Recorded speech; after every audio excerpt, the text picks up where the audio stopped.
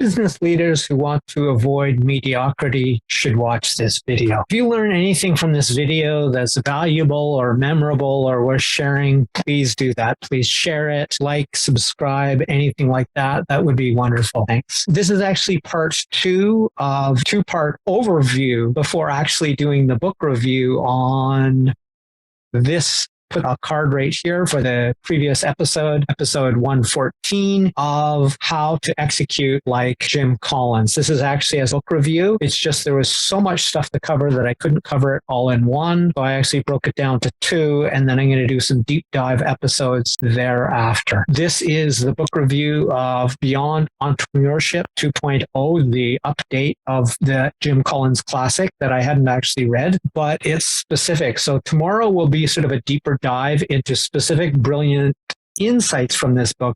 Today's we'll finish up the overview. The next part is innovation, and this is the closest to my heart. I am a lifelong inventor and product innovator. This is really special to me, talking about technology push versus market pull. Jim Collins' conclusion was, as he calls it, Jim's view from 2020 in the updated portion of this book. He says, the truth is both work. If anybody's ever heard of Post-it notes, essentially a chemist was confident that this basically bad glue that didn't really stick well to anything but stayed soft and sticky would be useful for something. And in fact, he talks about how it took possibly years for this 3M chemist to find a home for this product. And Post-it notes are brilliant. And it was more or less a failed glue, or a solution without a problem. So it was a technology push example. Now there's all sorts of other examples where something became really useful. Let me give you a market pull example that's rather quite ancient. You remember when bikes used to have one giant wheel on the front and then one small wheel on the back? They were dangerous to get on and off of, but they had the big wheel because that's all they could think of as an axle and pedals. And then someone came up with the chain so that you could actually have gear ratios, and that solved that whole problem. I would say that would be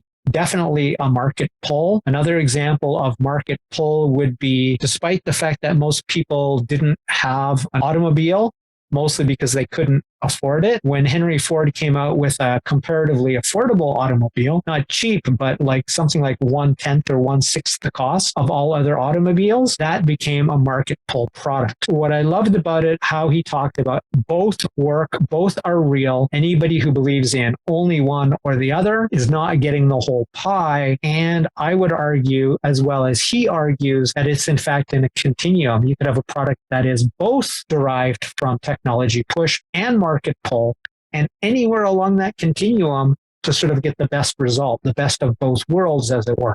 Now, it could be to either extreme. That's totally good too.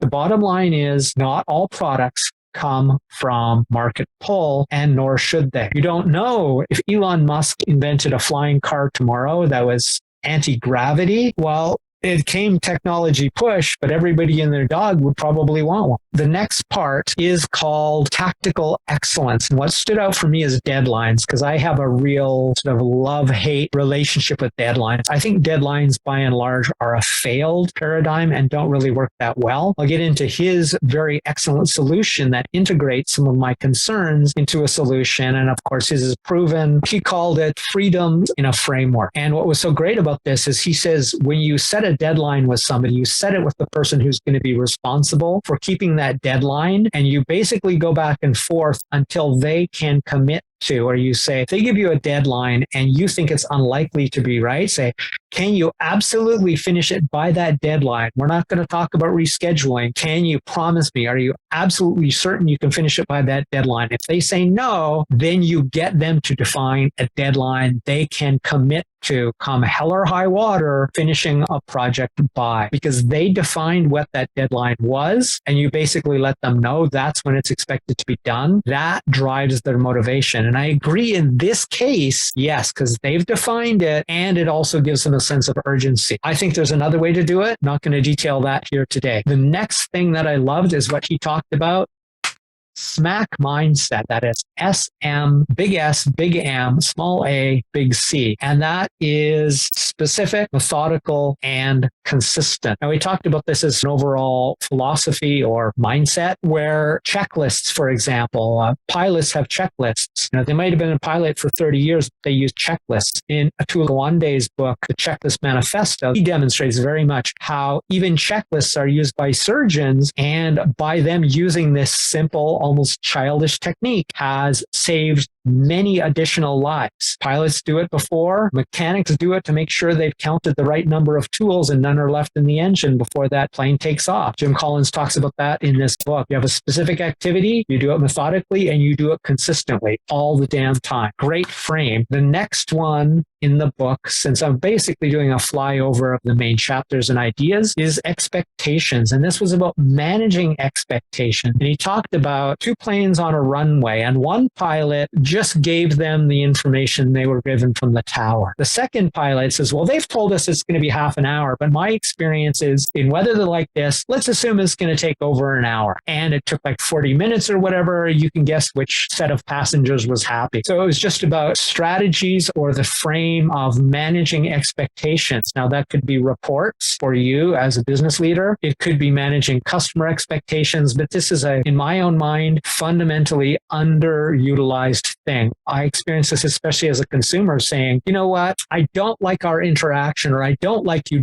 saying you can deliver on a promise and then not delivering. I would rather you say it's going to take 7 days to 2 months and deliver it early than to do the reverse. And in Japan, that happens all the time. They tend to under-promise and over-deliver, and nobody ever complains about getting better service than they were promised. And then the last one is make people OPERs. And OPERs are one person ultimately responsible. That is, on your teams, one person is ultimately responsible for the execution and success of one piece of the pie. This has been Crush It Club, episode 115, How to Execute Like Jim Collins, Beyond Entrepreneurship 2.0, book review overview. My name is Tim B. Green. Bye for now.